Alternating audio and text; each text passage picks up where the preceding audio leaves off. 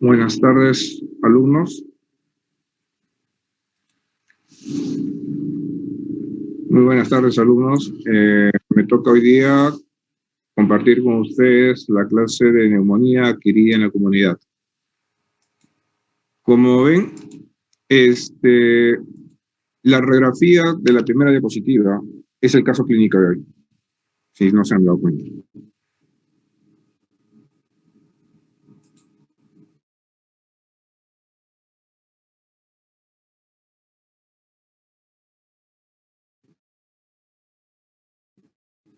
Definición, epidemiología, diagnósticos, severidad, diagnóstico diferencial, manejo y la prevención.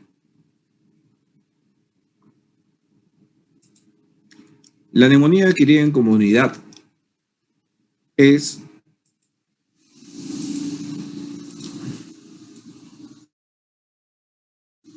el parénquima pulmonar producido por microorganismos, manifestada por signos de infección sistémica y cambios radiológicos en pacientes que no han sido hospitalizados en las últimas 3 semanas. ¿Esto qué quiere decir? Porque como van a ver mañana, hay también una neumonía nosocomial, una neumonía asociada a ventilador mecánico y neumonía asociada a los cuidados de salud. Entonces, esto es diferencia de esto. Y esto no aplica tampoco en neumonitis, neumonías de punto de vista intersticiales, y no aplica también en pacientes con VIH. Afecta de 5 a 6 personas por 1000 al año.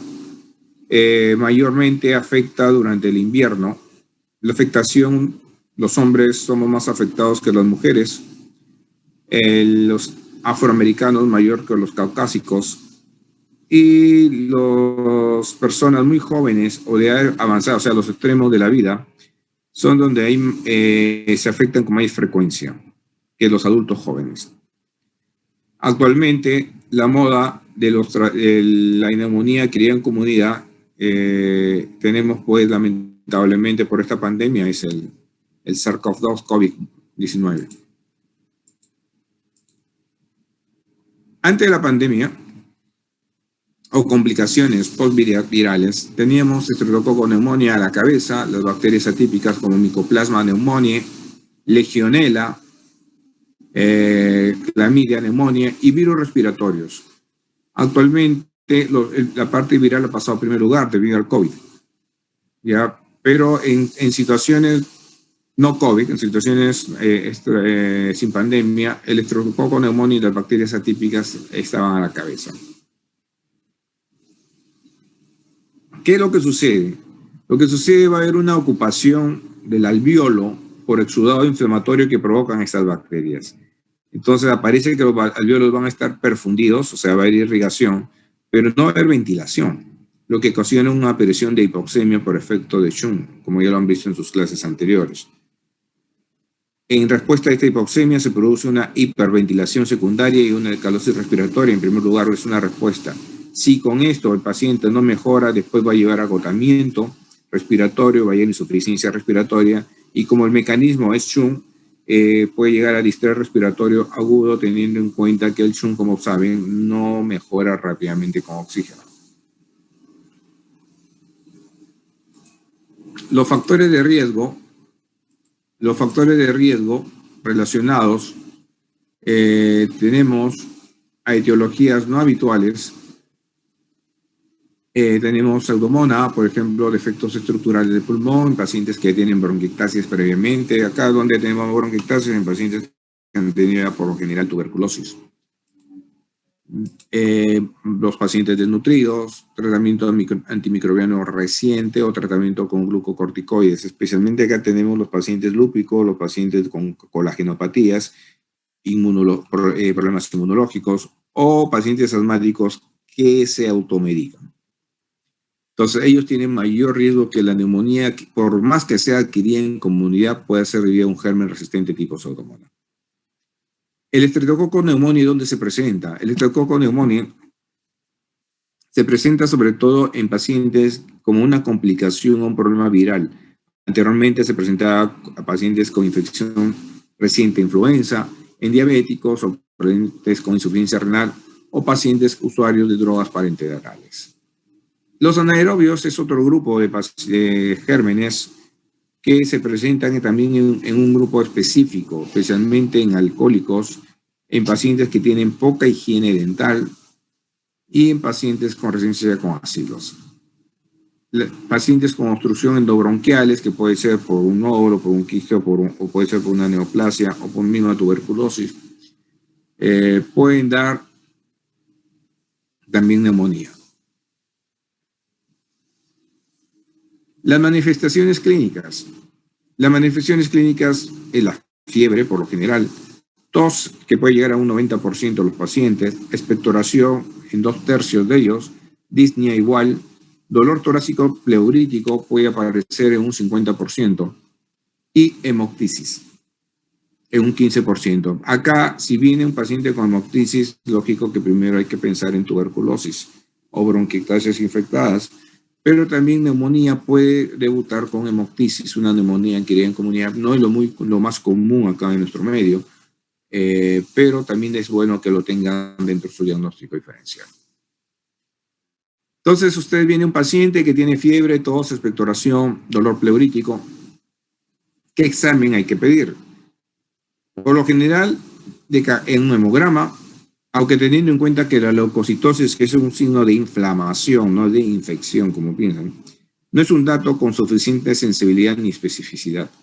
La proteína C reactiva y la procalcitonina ayudan en las escalas pronósticas y valora la gravedad del paciente hospitalizado, pero la procalcitonina no se debe ser de inicio.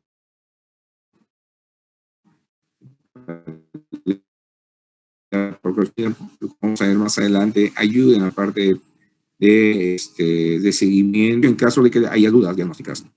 El estudio de bioquímicos y hematológicos y además la pulsoximetría o la gasometría nos ayudan para ver la gravedad del cuadro, pero no son útiles para identificar el agente causal. El gran y cultivo de esputo, la calidad de la muestra y la rapidez de su procesamiento va a depender mucho del resultado que nos den, y después va a depender eso también mucho de la confiabilidad del resultado que nos den. Pero hay que tener en cuenta que un 40% de los pacientes no tienen tos productiva o muchos no saben ni expectorar. Solamente del porcentaje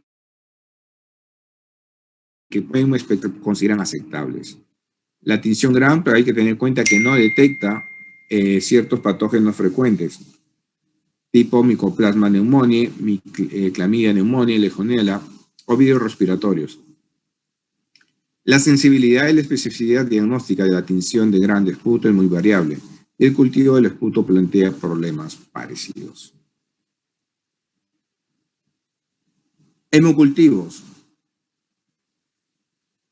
Hay que tener en cuenta que los hemocultivos se debe hacer solamente en pacientes hospitalizados o en pacientes que llegan a emergencia en forma muy grave, teniendo en cuenta que solamente proporciona el diagnóstico etiológico entre 5 a 14%, pero este porcentaje se reduce a la mitad si ya se han administrado antibióticos, teniendo en cuenta que muchos pacientes llegan a la emergencia ya habiendo sido automedicados con lo que le recetó la comadre, con el vecino, lo que recetó el vecino, o que ya se fueron a la farmacia y la recetaron en la farmacia y ya vienen tomando medicación. Y esto lo que hace que la sensibilidad del hemocultivo disminuye. Pero sí tiene una alta especificidad y valor pronóstico. Si te sale positivo, significa, wow, que este paciente sí está grave. La detección de antígenos, los análisis inmunocromatográficos C en la parte de la pared del neumococo, teniendo una especificidad del 90% y sensibilidad del 50-80%. También en pacientes donde estemos en época de influenza, se recomienda una prueba rápida para influenza, para tener en cuenta que la influenza muchas veces semeja infección bacteriana, siendo esta solamente influenza, que es un problema viral, que también se puede complicar y puede tener mortalidad. Se recomienda que los pacientes con neumonía grave se realicen antígenos urinarios para estreptococo neumónico, como ya dije en la diapositiva anterior, teniendo en cuenta que estos pueden salir siendo positivos inclusive hasta 3 días después de iniciar el tratamiento. El lactato debe extraerse en forma rutinaria junto con los hemocultivos para, en parte, evaluación de los pacientes hospitalizados con neumonía grave. Y como le dije, la procalcitonina nos sirve como marcador de gravedad de enfermedad y nos puede permitir la disminución o la terminación de antibióticos en un entorno hospitalario. Este es el alveolo, este es el bronquio, este es el alveolo. Si el alveolo está ocupado por secreciones, es lo que nos va a dar y nos va a dejar solamente los bronquiolos verlos. Es por eso que aquí en esta tomografía vemos el consolidado, los alveolos están ocupados y solamente vemos el árbol bronquial, que este es el broncograma aéreo. Tenemos la radiografía, como vemos, es la base para el diagnóstico de la neumonía. Acá tenemos otro paciente con neumonía. Este es un paciente con acceso pulmonar y este es un paciente con cardiomegalia que tiene una pequeña neumonía. Otro paciente que tenemos con neumonía posterior, tiene el signo de la silueta, tenemos el infiltrado alveolar, y otro paciente con infiltrado alveolar basal derecho. Todos estos pacientes son neumonías, unas complicadas con un acceso pulmonar. Pero lo que tenemos ahora a montón, por lo menos veo unas tomografías o una radiografía de eso, por lo menos unas 5 a 6 diarias, es neumonía viral tipo COVID. Son vidrio esmerilado, parches diferentes, no guardan un patrón típico de esto. Ven acá en los infiltrados periféricos, pequeños infiltrados casi centrales. Acá tenemos un compromiso mayor y acá tenemos el compromiso bilateral que tiene, que es la característica de esta enfermedad viral que está azotando a todo el mundo. Entonces, ya tenemos el diagnóstico de neumonía. Tenemos que pedir una placa de tórax, de todas maneras, teniendo en cuenta que las manifestaciones clínicas no son 100% todas, o todas no son mayores del 90%. ¿Puede haber pacientes que tengan neumonía sin tener tos y fiebre? Sí. ¿Quiénes, por ejemplo? Los ancianos. Los ancianos, trastorno de conciencia y hiporexia. Se quedan dormiditos y es una infección. Normalmente ahí sí necesita sí o sí la placa de tórax. Entonces, tenemos que es neumonía. Ahora hay que decidir, es ambulatorio, se hospitaliza, va a UCI, hay que ver la severidad de la infección. Para eso hay múltiples scores. Tenemos el índice de severidad de neumonía, que de acuerdo al score nos va a dar si el tratamiento va a ser hospitalario, domiciliario, si lo tenemos que dejar en observación o se tiene que hospitalizar.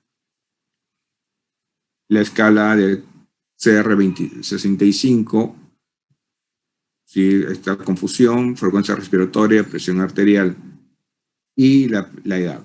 También hay el CUR, que es con urea, no es con nitrógeno ureico, por si acaso. Me están poniendo algunos alumnos urea 20, mayor de 20, urea menor de 20 es normal. Urea es normal hasta 40. Y este es el índice de neumonía de severidad. El problema del índice de neumonía de severidad es que tiene muchos parámetros, no solamente clínicos, sino depende mucho del laboratorio. Entonces, tú no puedes emplear un índice o un score si es que no tienes todo. No puedes aplicar el índice de neumonía de severidad si no tienes el sodio, no tienes los gases arteriales, ¿ya? Y entonces, si no tienes laboratorio, pues es bien difícil hacerlo. Y por eso primero salió el CUR 65.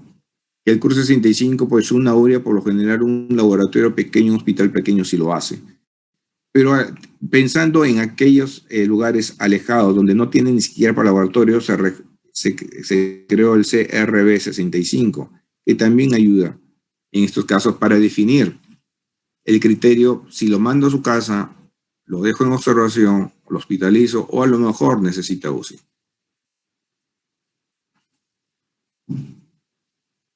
En caso que necesite UCI, ¿qué criterios voy a tomar? En caso que necesite UCI, voy a tomar el criterio si el paciente está con shock. Si el paciente que necesite ventilación mecánica. No que necesite oxígeno, porque puede necesitar oxígeno y puede estar solamente con mascarilla, Venturi, cánula nasal, ¿ya? Entonces, no es una insuficiencia respiratoria con necesidad de ventilación mecánica. Por lo general, cuando el PAFI baja a menos de 200, es indicación de ventilación mecánica. Ahora, o que tenga insuficiencia renal aguda que requiera diálisis. ¿Cuál es el criterio ahí? La urea más de 200, cambios en el electrocardiograma, ¿ya? Y en esos casos una neumonía con insuficiencia renal aguda establecida que requiere diálisis, sí, de todas maneras, tiene que ingresar a UCI. Shock séptico con necesidad de vasopresores. Esto siempre y cuando ya lo hayas Esto siempre y cuando ya lo hayas,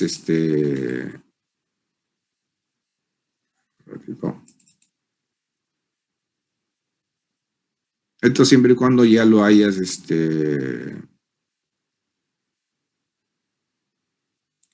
hidratado. Un ratito que se colgó.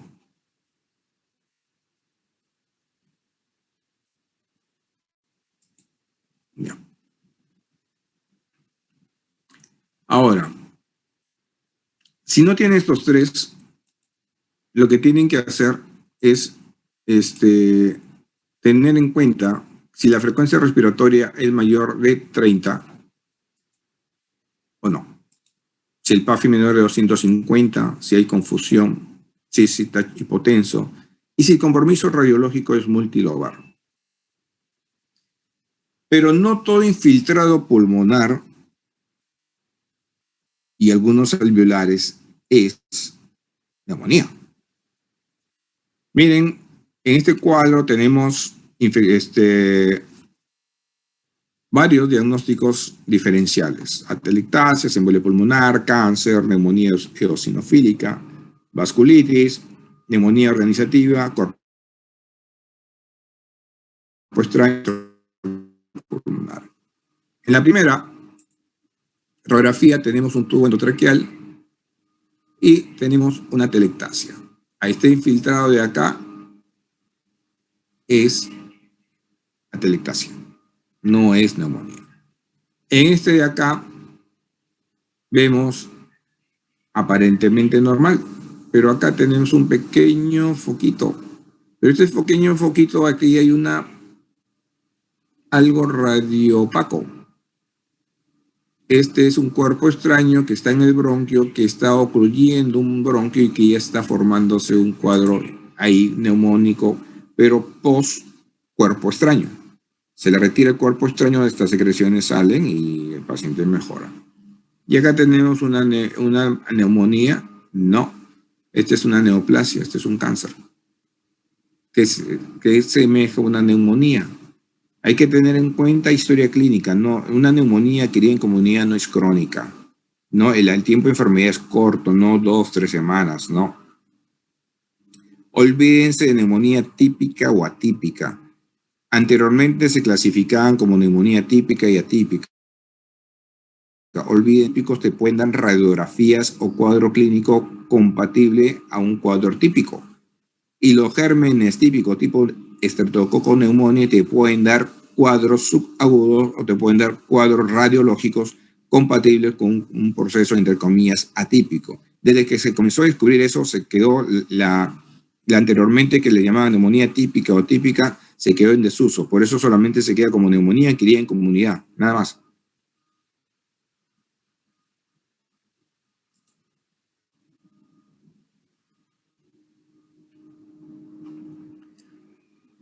Ahora,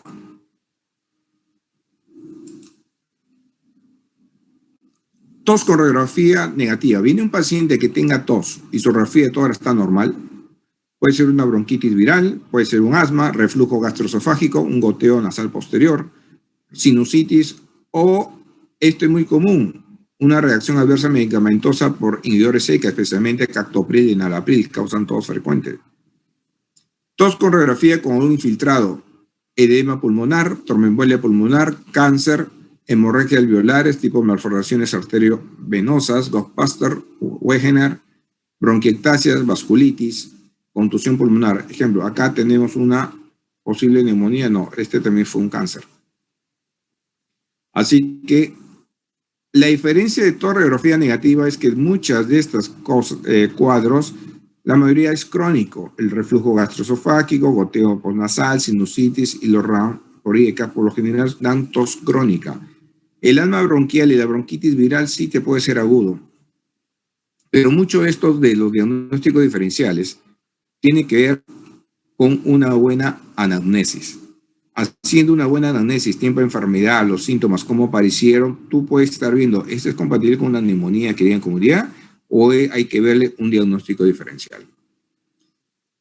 Por ejemplo, en este caso, este es un paciente de 35 años que comenzó a tener tos. Viene con una historia de tos de más o menos 8 días a 10 días, entre 8 días, y de 2 días antes ya comienza a tener malestar y expectoración amarilla espesa y por momentos dice que siente un poco mal olor.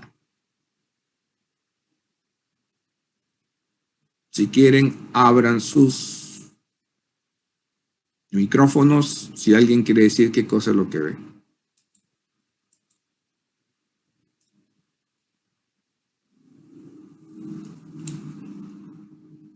¿No ven nada o no se escucha? Por lo menos dígame si se está escuchando o no. Sí se escucha, doctor. Pero no ven nada. ¿Es un cuerpo extraño, doctor? ¿Dónde?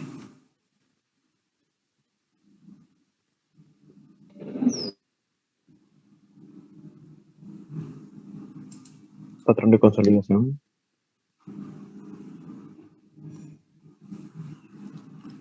A ver, aparentemente aquí comienza a haber un pequeño infiltrado. Tiene la base paracardíaca derecha. Consolidación.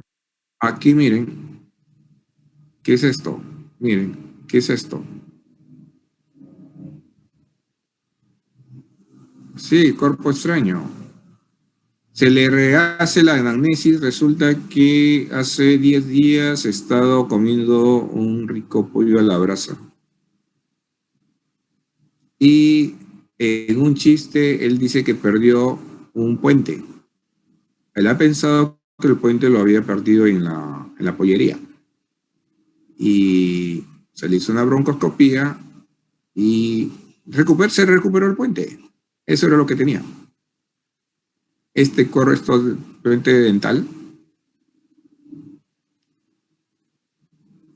eso es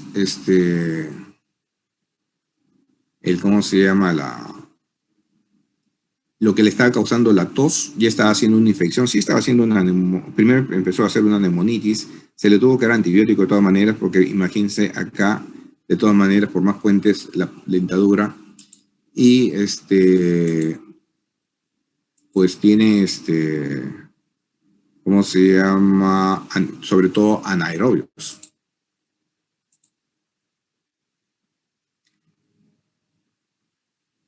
Muy bien. ¿Qué tratamiento dar? Hay múltiples tratamientos. Hay una guía de neumonía que tiene en comunidad del Perú de 2009. Por favor, actualícense. 2009 ya no, estamos en 2021. Muchos de los antibióticos, muchos de los gérmenes que ponen ellas, muchos antibióticos son resistentes, hay resistencia a ellos. Entonces, el tratamiento es, si es ambulatorio, se le puede dar acitro, claritro, amoxi con ácido clavulámico, moxi o levofloxacina. Si es hospitalario, se puede dar cefotaxima o ceftriaxona más un macrólido.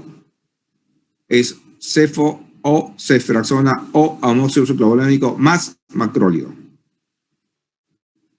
O levofloxacina sola. La levofloxacina, la dosis es 750 miligramos diario. Si va a UCI, puede dar ceftraxona o cefotaxima más un macrólido acitro claritro, tenemos claritro endovenoso acá en el país, o una quinolona, levofloxacina o moxil si hay endovenosos. Si hay riesgo de que sea un germen tipo pseudomona, se le puede dar un artapenen, un meropenem, más cipro o levo, o más un aminoglucósido. ¿Por qué digo si es pseudomona? Por lo general recomiendan dar 2 antibióticos, porque la pseudomona fácilmente hace resistencia a los antibióticos. Entonces tienes que darle por lo menos 2 para bajar el riesgo que el paciente haga algún tipo de resistencia. Ahora, si el paciente, en este caso, como les mostré anteriormente, pues tiene el problema de que hay riesgo de anaerobios, especialmente de aquellos pacientes que han alcohólicos o que han vomitado, pues hay que darle amoxicilina suclavolámico si es que lo vas a mandar a su casa, ¿ya? O añadirle un antibiótico tipo clindamicina, ¿ya? Para el tratamiento de esto. Muy bien. Ahora, ¿cuánto tiempo debe darse el tratamiento antibiótico? El tratamiento antibiótico se da por lo general de acuerdo al criterio de estabilidad clínica. Por un mínimo de 5 días y suspenderse tras las 48 horas. La ausencia de fiebre o temperatura de 37,8 a más y sin ningún riesgo de inestabilidad clínica, tipo presión arterial menor de 90 o frecuencia cardíaca mayor de 100 o frecuencia respiratoria mayor de 90 al aire ambiente. Entonces, si el paciente tiene estas cosas, ¿ya? Entonces, ahí puedes estar viendo cuánto tiempo le das el tratamiento y cuánto tiempo lo vas a tener hospitalizado. Hay que tener en cuenta algo. En neumonías necrosantes, en neumonías con acceso pulmonar, complicadas con acceso pulmonar, con derrame pleural, con infecciones extrapulmonares, con sospechas no comunes, tipo pseudomona, anaerobios, se le puede considerar prolongar el tratamiento antibiótico. Normalmente el acceso pulmonar, el tratamiento son de 8 a 12 semanas. Las neumonías, por lo general de pseudomonas aeruginosa, se pueden dar entre 10 a 2 semanas, 10 días a 2 semanas. Pero la procalcitonina nos puede ayudar para la toma de decisiones de duración del antibiótico. Cuando ya la procalcitonina ha bajado a valores casi imperceptibles, pues significa que el paciente ya, el riesgo de sepsis o el riesgo de que haga un shock séptico, pues disminuye considerablemente. Pero no toda neumonía va bien. No toda neumonía va bien. Hay neumonías que hacen una evolución tórpida. Entonces, si tenemos una neumonía de evolución inadecuada, ¿cuándo es inadecuada? Persistencia de fiebre al 5.º día de tratamiento antibiótico, luego descartar otras causas. Persistencia de hipoxemia al 5.º día de tratamiento, luego de descartar otras causas. Desarrollo de nuevo de cualquier criterio de severidad y extensión del compromiso radiológico. En estos casos tenemos que replantear todo. 1, nos equivocamos en el antibiótico. 2, el paciente, hay otro factor de riesgo, hay otra cosa que no hemos tomado en cuenta. 3, esto no es neumonía. 4, el paciente quizás tiene cero positivo para VIH y no lo sabíamos. Entonces,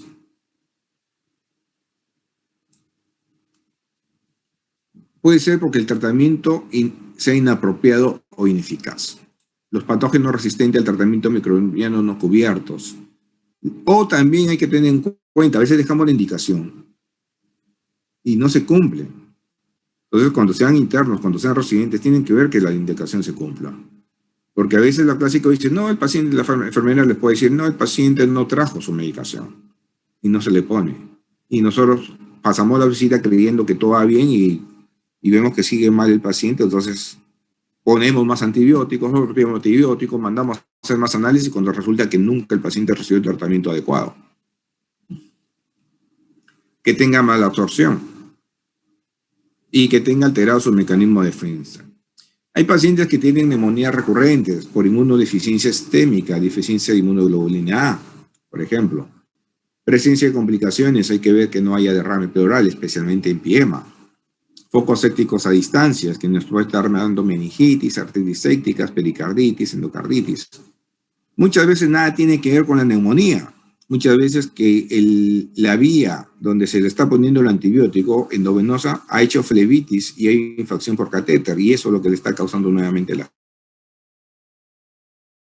fiebre, fiebre por fármacos. Hay que tener en cuenta que no se haya entrado otra infección y convirtiéndose ya en una neumonía nosocomial. O lo otro, que se hayan olvidado de cerrarle el frasquito del suero y el paciente, el abuelito ya, que era un poco cardiópata, le están haciendo un edema agudo de pulmón y por eso sigue con dificultad respiratoria. O el paciente tenga problemas renales y esté haciendo insuficiencia renal establecida, o el paciente haya hecho un distrés respiratorio por otra causa.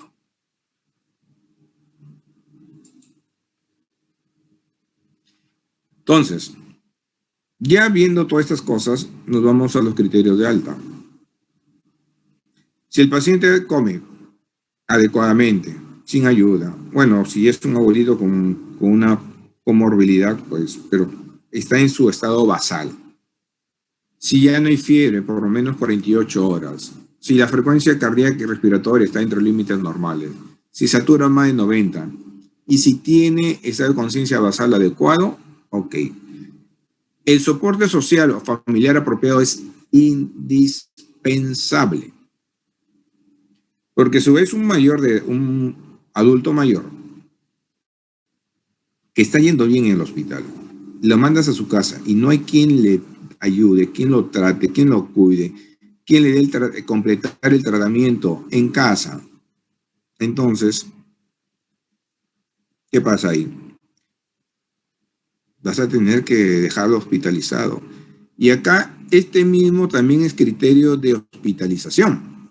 Ustedes pueden decir, tengo un paciente con una neumonía CUR 0, CUR 1, o tiene, según los criterios PSI, pues es para ambulatorio, pero es un abandonado social, o es un adulto mayor que vive solo. ¿Quién lo va a cuidar? ¿Quién te va a decir si empeora o no, darle los signos de alerta? Por más que por criterios de SCORE no amerite hospitalizar, ese paciente tiene que ser hospitalizado. Es su responsabilidad, es nuestra responsabilidad.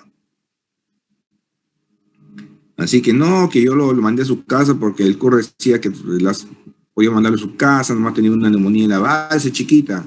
A los 3 días te regresa ya con todo el pulmón mal, cuando pudo haberse evitado eso.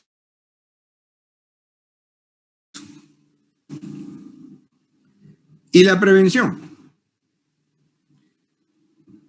La prevención, ahorita tenemos de cabeza vacunarte contra el COVID. Esa es la primera. Después vacunarse contra la influenza y vacunarse contra el neumococo.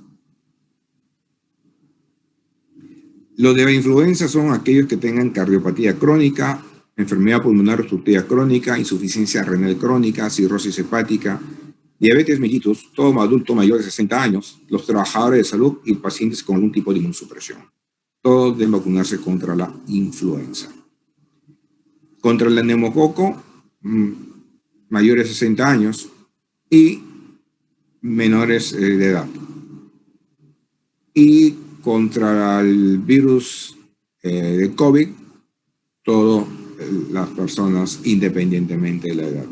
Ya ahorita ya están saliendo vacunas para niños también, por eso ya digo independientemente de la edad. Entonces, este es un resumen. Esta bibliografía está subida en el subbanner. Investigar la etiología de los pacientes hospitalizados de gravedad con sospecha de microorganismos resistentes si la puntuación PES es alta o con una falta de respuesta a tratamiento. Normalmente el tratamiento que se da es empírico, pero si el paciente ya tiene otras cositas, sí hay que investigar qué germen puede ser. Las escalas pronósticas son útiles para apoyo al clínico en la decisión inicial de la hospitalización. El uso de biomarcadores puede mejorar su capacidad predictiva, pero no son indispensables, no que tengan que hacerse su procalcitonina, si no, no lo puedo hospitalizar, no es así. Lo que es indispensable sí es una radiografía de tórax. El tratamiento empírico antibiótico requiere cubrir los patógenos más frecuentes, calcular la posibilidad de evitar microorganismos resistentes. Y la duración antibiótica es mínimo 5 días y debe basarse en criterios de estabilidad clínica. Las vacunas de 13 serotipos contra el neumococo han mostrado su eficacia en sujetos inmunocompetentes con factores de riesgo. Y la vacuna de COVID contra el COVID es indispensable. Muy bien, jóvenes, si tienen alguna pregunta, alguna duda.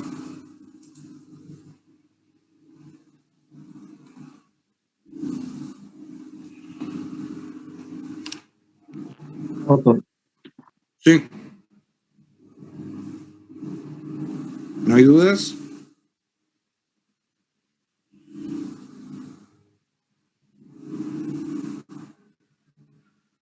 No, doctor. No, doctor. Entonces yo pregunto entonces. Yo he dejado algo a propósito sin hablar. ¿Qué complicaciones me puede dar una neumonía? Las neumonías me pueden dar derrame pleural, casi la mayoría pueden dar derrame pleural en mayor o menor grado. Hay un derrame paraneumónico. ¿Cómo se llama? El derrame paraneumónico, su grado extremo es el empiema. También me puede dar accesos pulmonares, me pueden dar embolias pulmonares, y eso me pueden o embolias a distancia, y eso me puede complicar al paciente.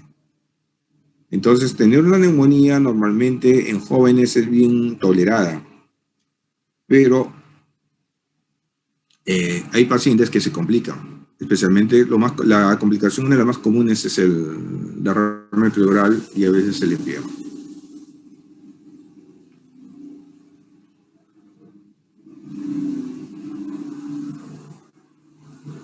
Muy bien, entonces vamos a... Si no hay ninguna pregunta, vuelvo a decir, ¿hay preguntas?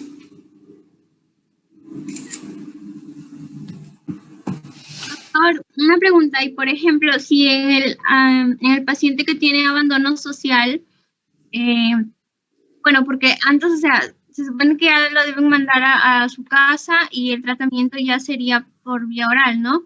Pero si es un abandonado social, el tratamiento que continúa en el hospital sería el mismo que si lo mandaran a su casa o el mismo, o sigue con el que es en el hospital.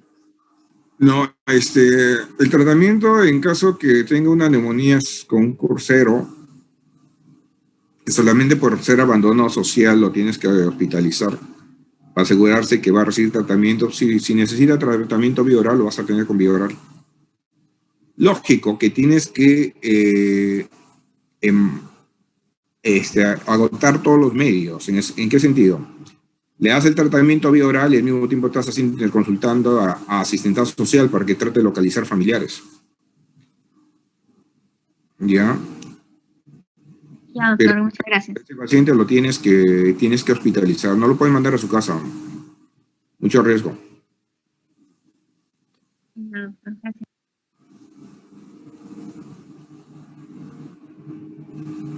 Doctor, otra pregunta. En este caso, si tiene un curso de uno, ¿no? Tratarías ambulatoriamente, pero el tratamiento empírico, ¿cuál sería aquí en este paciente? No, pues es el tratamiento, como dice tu colega, el tratamiento tiene que ser vía oral. Normalmente, un tratamiento adecuado para evitar darle 2 antibióticos, las quinolonas es bueno, la levofloxacino o moxifloxacino. La diferencia es que la levofloxacino es más barata. Gracias. Se da una vez al día. El problema de la levofloxacino es que muchas veces en abuelitos causa insomnio o causa problemas en los tendones. Y el otro problema es que se está cometiendo un error garrafal que a todo paciente COVID le están dando levofloxacina. O sea, aquí en 1 año, 2 años, la levofloxacina no nos va a servir para nada porque va a comenzar a hacer resistencia a los fármacos. El COVID está dando diarreas, que es parte de la diarrea viral, y le están dando levofloxacina. Le están dando, pues, le dicen es neumonía. Sí, es una neumonía viral y le están dando antibiótico. Y eso es un error garrafal. Se da antibiótico ya cuando tiene sospecha de algún adicional, pero no al primer día, segundo día, tercer día de tratamiento de tener COVID, le están dando ya antibióticos, y eso está mal.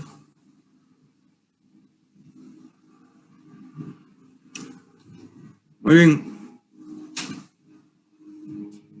Suerte. Nos vemos, muchachos. Gracias, doctor. Muchas gracias, doctor. Hasta luego, doctor. Gracias, doctor. Hasta luego.